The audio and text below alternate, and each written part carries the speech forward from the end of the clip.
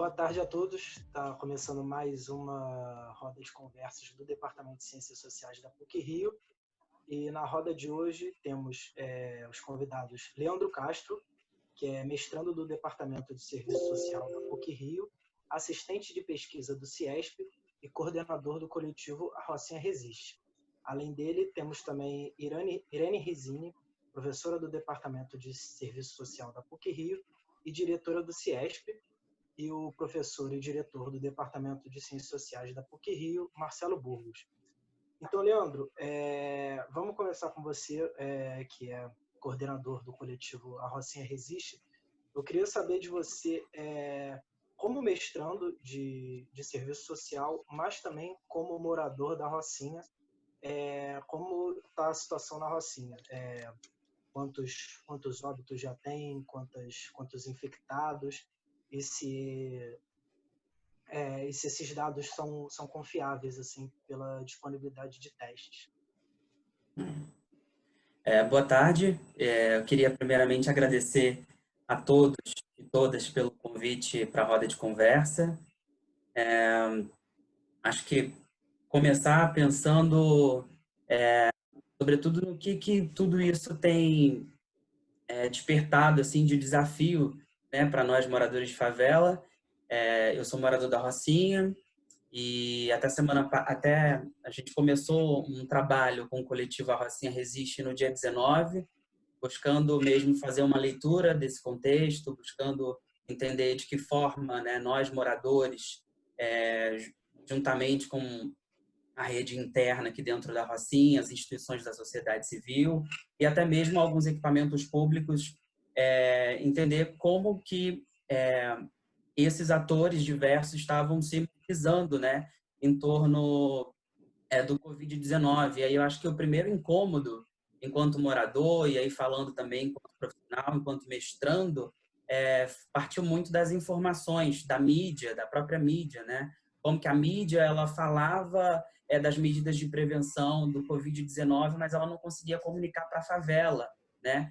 E como que os moradores estavam sendo orientados às medidas de prevenção, no sentido de adequar mesmo essa informação à realidade, sabendo que dentro da favela, questões como água, luz, saneamento básico, são demandas históricas, né, que atingem a população favelada. Então, assim, parte muito disso, desse incômodo, né, sobretudo da gente não estar se sentindo contemplado com as informações, né, e com aquilo que a mídia falava sobre o Covid-19.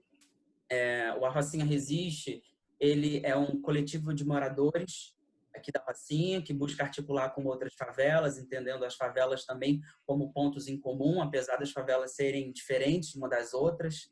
E a gente parte muito de entender de que forma que a gente poderia estar atuando nesse contexto, no sentido de reivindicar, né, serviços e reivindicar medidas concretas ao Estado, nesse momento tão difícil, tão atípico, né, não só para as favelas, mas para o mundo. E a gente começa, sobretudo, a pensar de que forma, o que os moradores estavam precisando. E aí o coletivo ele faz um questionário muito simples e passa aos moradores no sentido de levantar alguns dados locais para poder entender o que os moradores estavam precisando naquele momento. E isso acabou tornando-se uma pequena pesquisa de cunho muito exploratório, que inclusive tem algumas questões metodológicas que a gente tivemos aí uma consultoria, né, de alguns pesquisadores, parceiros da nossa rede, que estiveram analisando esses dados durante esses dias, e para a gente partir aí para dois eixos de atuação fortes dentro do coletivo. Um eixo é muito ligado às políticas públicas, a entender o papel do Estado, né, nesse momento tão difícil para a Rocinha, e o segundo eixo é muito na prevenção, né, uma ação concreta, o que nós, moradores, podemos estar mobilizando junto com esses diversos atores do território em prol dessas famílias, né? Então, a gente começa a coordenar e a organizar uma grande campanha de arrecadação de cestas básicas, de produtos de higiene e limpeza, entendendo que a Rocinha tem localidades com famílias em situação de extrema vulnerabilidade, e aí a gente também parte para um diálogo com a saúde, com os equipamentos de assistência social do território, que muito tem nos orientado para que a gente consiga, de fato, chegar a essas famílias. E ainda que como uma medida, né, de caráter emergencial, isso tem acontecido muito, inclusive dentro de alguns movimentos e outros coletivos de favela que estão buscando essa mobilização. Leandro, eu muito... posso te perguntar um minutinho? Claro, Irene. Assim, nós sabemos que você está circulando a Rocinha direto, em contato direto com os moradores, entregando tanto informações quanto materiais de prevenção. Então, você está sentindo o clima, como as pessoas estão vivendo esse momento. Queria que você falasse um pouquinho sobre isso. Sabemos que há subnotificações, mas já existem óbitos. Se você pudesse falar um pouco desse clima e, inclusive, como isso está atingindo as crianças e a população jovem na Rocinha. O clima é de muita insegurança e incerteza, né, dos próximos meses. Até agora temos 4 casos confirmados de coronavírus, né, de pessoas infectadas. Isso até onde eu acompanhei, isso pode ter sido atualizado ao longo da tarde. 4 óbitos, né, Leandro? Oi? 4 óbitos, você está se referindo? Não, 4 casos confirmados e 2 óbitos que até então, sob suspeita, que ainda estão a ser confirmados também. Tá? Esses 4 casos confirmados são 3 rapazes e uma mulher. A gente teve acesso a essa informação ontem pela prefeitura. O Fala Roça, que é uma mídia comunitária, também compartilhou isso junto aos moradores. E a gente acredita, enquanto morador, que, na verdade, esses números são maiores, porque não tem o teste em massa, ou seja, há muitas pessoas que estão relatando ir à UPA e às clínicas da família e receberem uma notificação da saúde, um atestado que estão sob suspeita, e essas pessoas, elas ficam em isolamento, né? E aí, muito respondendo o que a Irene perguntou sobre como que ficam as crianças, como que ficam os jovens nesse contexto, né? Assim, tem sido muito difícil. Eu sou assistente social de uma casa espírita que atua aqui na Rocinha há mais de 50 anos, e lá eu tenho um trabalho com crianças e adolescentes e as famílias, né? No serviço de convivência e fortalecimento de vínculos, um serviço que é tipificado pela política de assistência social. E a gente tem percebido, né, a dificuldade, inclusive, das crianças permanecerem dentro de casa, porque são crianças que moram, algumas moram em condições precárias, que não tem espaço, inclusive em casa. Imagina uma casa que moram 8 pessoas, 5 crianças, como que também está sendo difícil para essas crianças essa convivência, né? E agora, com toda essa rede de proteção, de atenção às crianças, não podendo atuar dentro do território, ou seja, estarem de portas fechadas, a gente se pergunta como que deve estar sendo difícil, né? As crianças estão sem aula, os pais estão em busca, né, aí de alternativas. Eles têm perguntado muito sobre a renda emergencial que foi aprovada agora recentemente, né? Porque, de fato, há um número considerável de famílias e de trabalhadores que estão aí, né, na chamada informalidade, autônomos, e que, nesse momento, estão dependendo, de fato, dessas ações, de toda essa mobilização, dessa articulação, né, por exemplo, dos coletivos e dos grupos que atuam dentro da Rocinha em busca de pelo menos, garantir aí para os próximos meses a sua alimentação. Então, realmente é um contexto muito difícil para essas famílias. Queria também fazer aqui uma pergunta para o Leandro, porque eu acho que, na verdade, são duas, né? Uma, você falar um pouco sobre o que é o Rocinha Resiste e dessa rede a que você fez referência aí mais uma vez na sua fala, né? Essa rede de atores da sociedade civil. A segunda pergunta é se vocês têm identificado uma ação clara do poder público, especialmente municipal, no sentido de está criando condições para, num cenário aí de ampliação da difusão da Covid na Rocinha, ela poder ser melhor atendida. São duas perguntas, uma sociedade civil, outra poder público. Sim.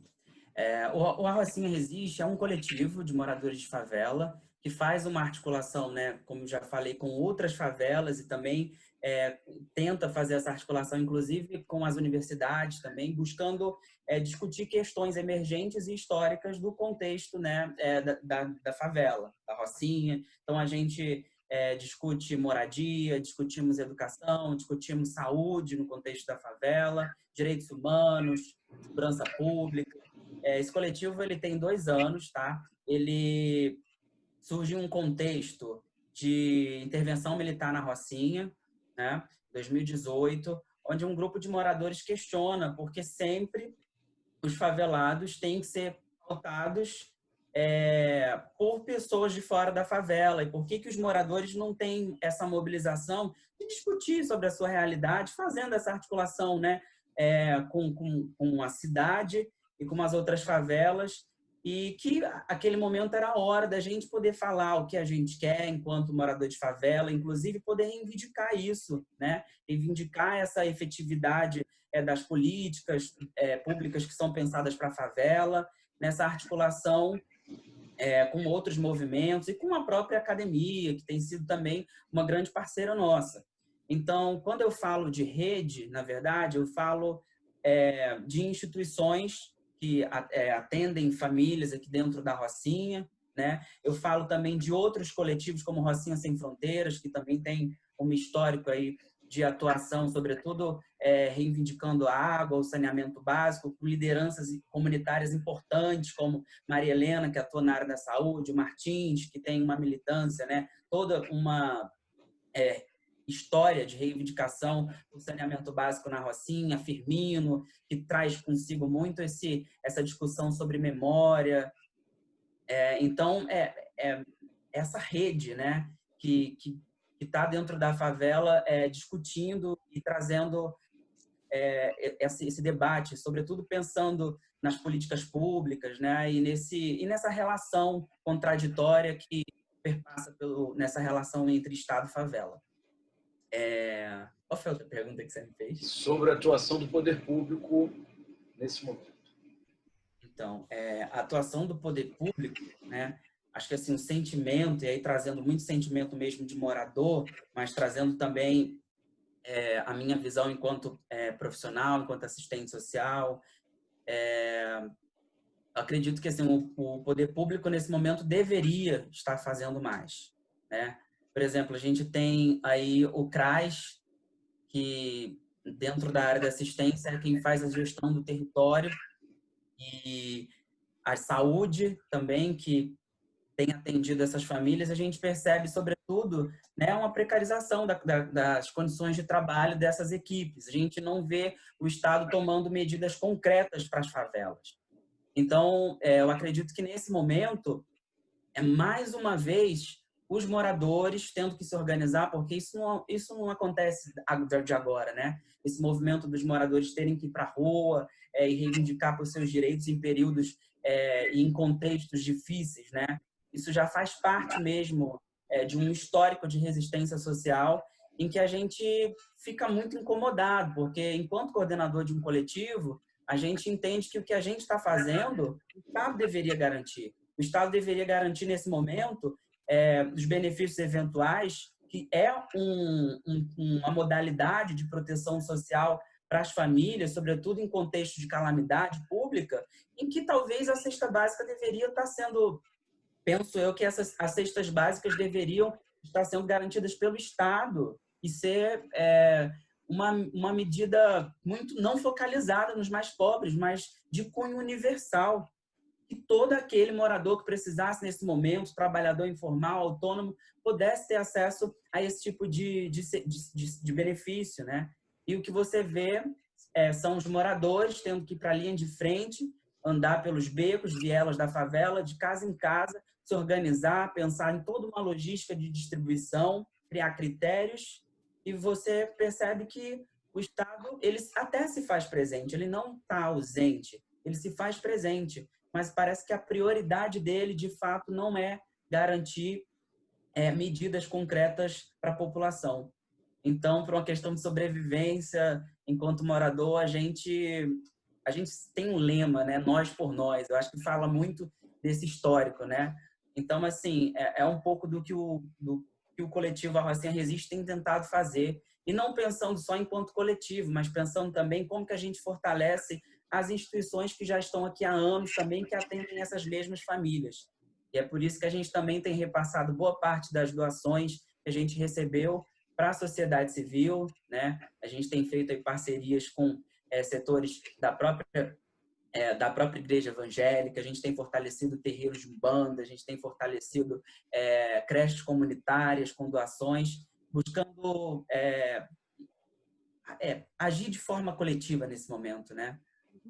O Leandro, você menciona, né, as lutas históricas da Rocinha e essa tradição de que os mutirões e os moradores acabam tendo que tomar medidas que o Estado deveria assumir, como a questão da coleta de lixo, né, o saneamento básico, históricas, sem resultados, e parece que a prioridade acaba sempre sendo a tal segurança pública, que não necessariamente atua em favor da segurança dos moradores. E esse é um caso clássico agora, que a segurança dos moradores tem que ser prioridade número 1, né?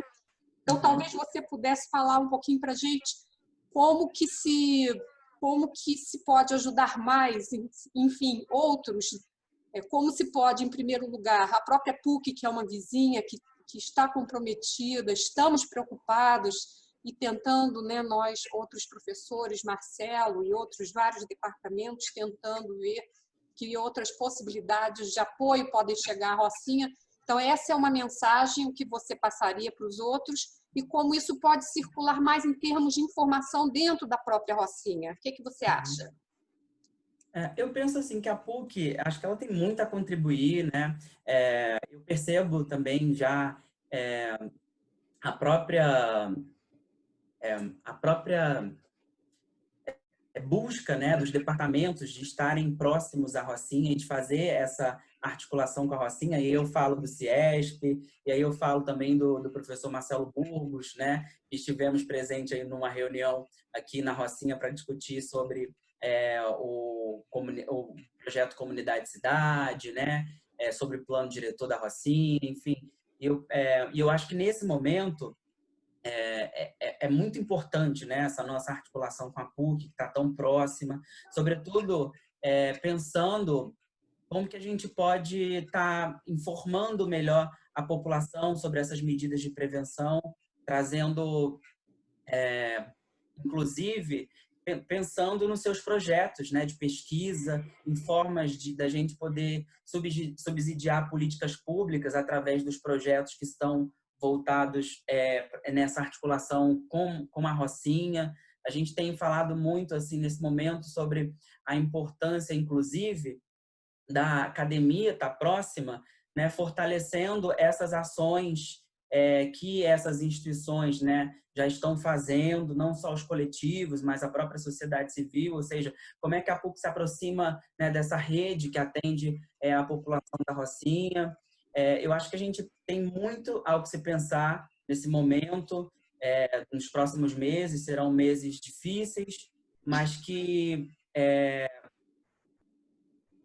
um pouco disso, né? Assim, acho que a gente pode buscar ampliar essa relação no sentido de fortalecer essas ações que estão acontecendo, né? E aí eu acho que fica aqui também um convite para pensarmos, para continuarmos juntos, né, nessa busca de garantir essa atenção à população, seja às crianças, aos adolescentes, mas também a essas instituições que são tão necessárias nesse momento e que se colocam à disposição para estar atuando dentro da Rocinha, né, no território. Isso eu respondi. Leandro, eu queria fazer uma pergunta que tem a ver com a questão da informação e e às vezes a difusão dessa informação e também a notícias que podem ser falaciosas, né? Então, o Itamar, do Grupo Eco, lá no Santa Marta, na nossa roda de conversa anterior, ele disse que teve um dia que ele acordou e parecia que o Santa Marta estava normal, assim, parecia que não havia uma epidemia. Então, eu quero saber como é esse clima na Rocinha nesse sentido, assim, se as pessoas estão, o quanto elas estão acreditando ou não, quais são as fontes, né, que elas estão ouvindo, que a gente sabe que tem muita fonte por aí não confiável, né, inclusive oficiais. Eu tenho uma posição quanto a isso, porque como estou acompanhando, né, e estou indo para a rua, né, claro, usando todas as medidas possíveis de segurança, com máscara, com álcool em gel, luva, mas a gente precisa de ir para a rua para estar, enfim, para estar atuando no coletivo enfim, nesse trabalho que a gente tem feito aí durante esse período.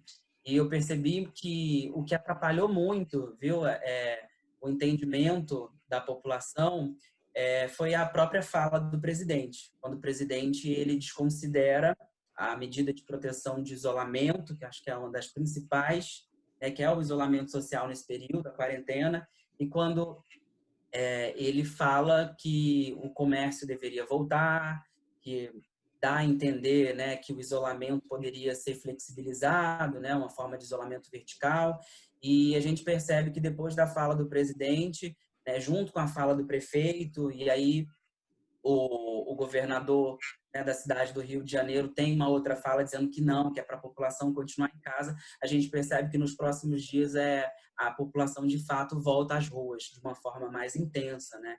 E é o que a gente tem percebido. De fato, as pessoas elas ficam muito confusas, né? E para além disso, ainda tem também uma questão das pessoas que estão numa situação de vulnerabilidade maior e que saem em casa em busca de serviços. Então elas vão até o CRAS, elas querem saber quanto que o benefício da renda emergencial ele vai ser aprovado, elas querem saber onde que estão entregando cesta básica, elas vão até o posto querer ter alguma orientação. Então, isso fala muito assim, né, de como que essa medida também do isolamento, da própria quarentena, ela coloca em xeque um privilégio e que, por vezes, não se adequa a essa realidade da favela, né? Em que a pessoa tem que sair de casa para comprar o pão, em que a pessoa circula, em que, né, as pessoas já estão acostumadas dia de domingo a ir para a feira. Então, isso tem sido muito difícil, a gente bater nessa tecla, né? Que nesse momento é importante ficar em casa. Quanto a isso, a gente tem uma campanha que está percorrendo aí pela Rocinha de conscientização dos moradores, dizendo, com orientações da saúde, pedindo para que nesse momento as pessoas continuem em casa. Mas eu confesso para vocês que tem sido muito difícil. A gente tem percebido que as pessoas estão mais nas ruas. E você tem visto que há várias pesquisas, né? O CIESP mesmo conduziu algumas, mostrando o alto índice de tuberculose, hanseníase na Rocinha, dos mais altos do Brasil, e as crianças estão bastante expostas, os jovens também. E aí você mencionou o confinamento na casa pequena, sem ventilação. Então, nós temos, além da ameaça do Covid-19, nós temos um prejuízo à saúde em muitos aspectos. Então, a situação é extremamente grave. Vamos ver como apoiar, né, mais com as informações, como o Theo perguntou, que as informações possam chegar às pessoas de forma mais convincente. O que mais se pode fazer, Leandro? Irene, é bem lembrado, né? Além do Covid-19, a saúde aponta que a gente também tem problemas relacionados à própria epidemia de dengue no Brasil, a própria campanha que começou da influenza, né? Que é a gripe. Então, assim, a gente tem uma pandemia no meio de outras epidemias, né? E como você bem menciona, que no contexto da favela, né, de condições de moradia precária, de um adensamento populacional, da falta de saneamento básico, isso acaba agravando ainda mais a situação, né? Você traz os dados da tuberculose, que é uma preocupação na Rocinha, de fato, E a gente pensa que assim o papel, sobretudo, das políticas públicas nesse momento dessa intervenção de maneira intersetorial, né, em que a saúde dialogue com a educação dialogue com a assistência, para que a gente possa amenizar os impactos, né, desse momento, desse contexto. E aí é aquilo que eu já falei para vocês, é muito difícil pensar, sobretudo, nesse momento, como é que a gente garante aí, né, essa proteção para as crianças, para os idosos, né? A gente tem conversado muito, pensando em como é que a gente consegue, por exemplo, continuar aí o trabalho com as crianças, ainda que a instituição esteja fechada, né? Então, como é que a gente garante minimamente que a gente faça um trabalho com as crianças? Então, o que a gente tem pensado muito é nesse acolhimento a essas famílias, ainda que esse acolhimento nesse momento ele seja via telefone, né? E buscando incentivar e entender que se dá essa convivência, né? Num contexto tão difícil como esse. Então, a gente tem percebido as crianças muito ansiosas em casa, perguntando aos seus responsáveis, né, por que tudo isso está acontecendo, eles não entendem tanto. E, sobretudo, aquelas que estão tendo agora, inclusive, que fazer as atividades, né, de casa com os recursos da internet, né, elas estão fazendo, as mães falam, e os pais, da dificuldade das crianças seguirem o seu processo de aprendizagem através das aulas online, né? E aí eu falo aquelas que têm condição disso, outras nem têm acesso à internet, né? Então tem essa dificuldade mesmo, estão sem aula e a gente se pergunta até quando que vai ficar, né, essa situação. Então realmente são questões que a gente precisa analisar e refletir para a gente entender, porque de fato a gente tem muito aí ainda o que refletir, né, desse momento.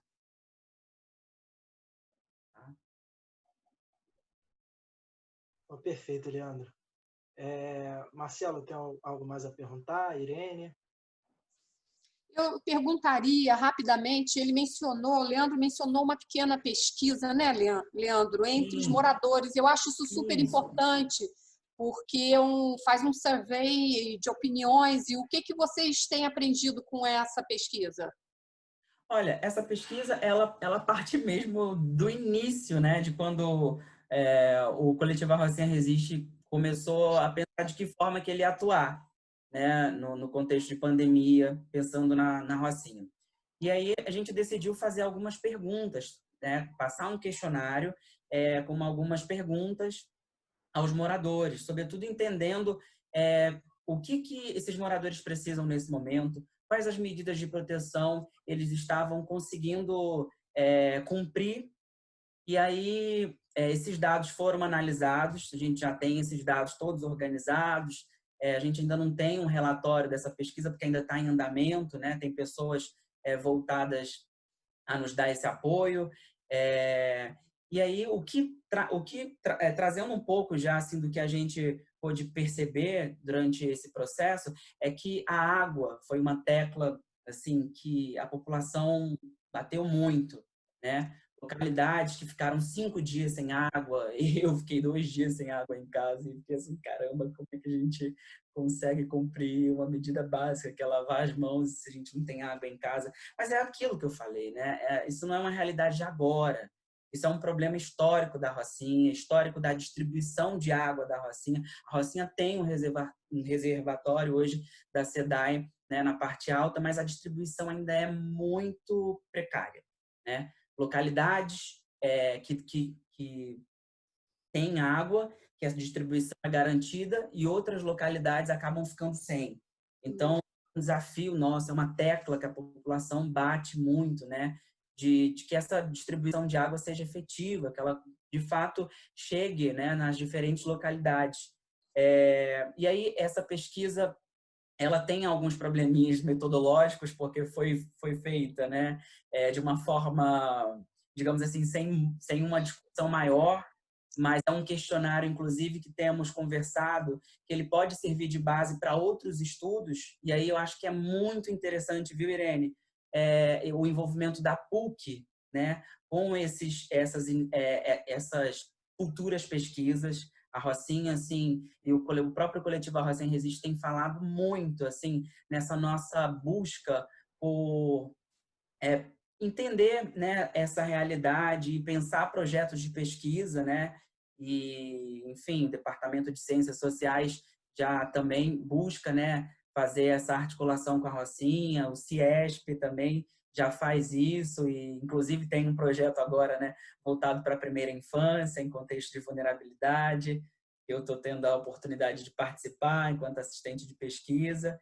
Então, acho que essa nossa, né, busca também e esse nosso diálogo com a academia a partir dos projetos de pesquisa, eu acho que tem muito a nos apoiar no sentido de levantamento de dados, né? Seja da infância, da juventude, seja pelas questões de moradia, né? Seja pelas políticas, as diferentes políticas públicas, né, pensadas para a favela. Então, acredito que é uma forma da gente poder, de fato, dessas pesquisas, né, apoiarem aí a formulação de políticas públicas que, de fato, sejam efetivas, né? Fica feito o convite, né, Leandro, Isso. para essa união dos departamentos, né? O Marcelo Sim. Burgos vem puxando bastante, aí o Departamento de Serviço Social, que aí eu represento nesse coletivo da PUC, e vários outros, nós vamos adensar essa união dos departamentos. Isso ocorre antes de todas essas informações de pandemia, porque nós sabemos, como você falou, são várias epidemias no meio de uma pandemia que é global. Então, talvez possamos ser mais efetivos junto com vocês a partir dessa ação mais unificada da própria PUC, né? Eu acho que fica, inclusive, né, Marcelo e Theo, essa ideia da gente montar uma roda de conversa com quem está à frente dessa pesquisa e nós conversarmos sobre a pesquisa, porque ela traz aí a opinião pública local sobre as várias questões que atravessam a atual problema do Covid-19, né? O que vocês acham? Acho fundamental trazer essas pesquisas de uma perspectiva local, né? Inclusive, parte da proposta, se eu não me engano, é justamente transpor o muro da universidade, né? Fazer uma ponte aí. Concorda, Marcelo? O que você acha? O microfone dele tá desligado. Com certeza, Irene. Queria aproveitar para, de um lado, corroborar o que você está trazendo. Eu acho que há, Leandro, na PUC, nesse momento, um processo que estava começando antes da gente ter sobre nós essa pandemia, né? Mas um processo de articulação de vários departamentos, ciências sociais, serviço social, arquitetura, filosofia, letras. A gente está construindo aqui na universidade que a gente está chamando de UNIR, né? Que, na verdade, vai ser um núcleo de estudos, de pesquisa, de articulação com a Rocinha, né? É óbvio que a PUC já tem uma longa história de relação, de muitas relações com a Rocinha, mas a gente está sentindo falta justamente de algum nível de coordenação que possa potencializar essa nossa relação com a universidade. Inclusive porque temos aqui, como você sabe, cerca de 50, 60 alunos, aliás, até um pouco mais, chega a 70 estudantes de graduação e pós que moram na Rocinha, para além dos seus funcionários, muitos deles também moradores da Rocinha. Então, uma relação que é natural, que é orgânica, e eu acho que a gente está, digamos assim, se ressentindo de construir uma agenda mais propositiva, mais ousada, mais ambiciosa. Nesse momento em particular, né, que a nossa atenção começa realmente, ela está voltada para a Rocinha, porque a gente está percebendo que a situação da Rocinha poderá se tornar extremamente grave. né? Pela localização dela. Em torno dela, os bairros estão todos contaminados, né? Toda a fragilidade, a vulnerabilidade sanitária da Rocinha, né? As condições de moradia, como você bem falava. E isso faz com que a gente esteja extremamente preocupado, né? Sim, e, ao mesmo tempo, pensando muito que ações, que providências, o que está ao alcance da universidade, no sentido de tentar mitigar o impacto dessa pandemia na Rocinha, né? Então, a gente criou esse espaço aqui de conversa. A ideia, o Theo vem conduzindo isso, né? Eu acho que a ideia é a gente realmente usar esse espaço. Acho que é um espaço importante. Minha avaliação é que a gente precisa muito dar visibilidade às questões que dizem respeito ao cotidiano da Rocinha, né? Daí a importância de uma fala como a sua, de alguém que não só mora e milita, mas tem nesse momento caminhado nas entranhas da Rocinha, né? E sentindo muito mais de perto, né? Como as coisas estão caminhando, tá? Nossa ideia é que a gente possa fazer já ao longo dessa semana. A gente está com muita urgência, né? Na verdade, é um outro tempo que a gente está vivendo, uma outra temporalidade, né? Em todos os sentidos, né? E a gente entende que incrementar muito a troca e as informações para fora da Rocinha. E a universidade é um meio importante para que isso ocorra, tá? Então, eu, em nome aqui do departamento, também agradeço muito a sua generosa contribuição, tá? E com a Irene, que é minha parceira, minha companheira em todas essas frentes que a gente vem construindo em relação à Rocinha, muito especialmente o tema da criança e do adolescente, mas num momento como esse, eu acho que é a população como um todo, né, que está em jogo, muito especialmente os idosos. Eu também, em nome do Departamento de Serviço Social, queria agradecer muito a toda essa nossa união aqui, agradecer ao Leandro pelas palavras que eu acho que nos toca profundamente o coração. A urgência é grande, conte conosco e vamos juntos vendo o que mais, né, podemos fazer. Então, muito obrigada, ao Theo também. E aí, quem sabe, muito em breve, uma roda de conversa sobre sobre as vozes da Rocinha, sobre essas demandas no contexto da pandemia. Fica como sugestão. Obrigado, também agradeço, né, pelo espaço para poder falar um pouquinho de como tem sido essa experiência. Acho que eu finalizo também a minha fala falando muito de que a gente tem pensado, sobretudo, na saúde pública, de como que fica, né, em um momento em que os casos de Covid-19 têm aumentado na Rocinha, e aí a gente, enquanto morador, acredita que esse número é bem maior do que os dados oficiais, por conta dessa testagem não estar sendo feita em massa, né? E muito nos preocupa sobre a capacidade, né, sobretudo de recursos humanos, de médicos, de profissionais da saúde e, sobretudo, de um espaço que possa estar recebendo os moradores que, porventura, venham a testar positivo nos próximos dias, semanas e meses. Então, a gente tem pensado muito como que a gente reivindica um espaço que seja pensado um espaço para atendimento dessa população, né? A gente sabe que isso não é uma medida simples de ser pensada, mas, inclusive, a gente já tem conversado com alguns parlamentares para que algum espaço, seja ele público, seja ele privado, seja pensado para receber esses moradores em um momento, digamos assim, de um caos da saúde pública, sobretudo a local, né? Bom, obrigado a todos. Obrigado, Leandro. Obrigado, Irene. Obrigado mais uma vez, Marcelo. E aproveitando a fala da Irene, faremos sim outras rodas de conversas, entrevistas, vista a importância e a urgência da situação atual. Então, obrigado a todos. Obrigada. Tchau, tchau.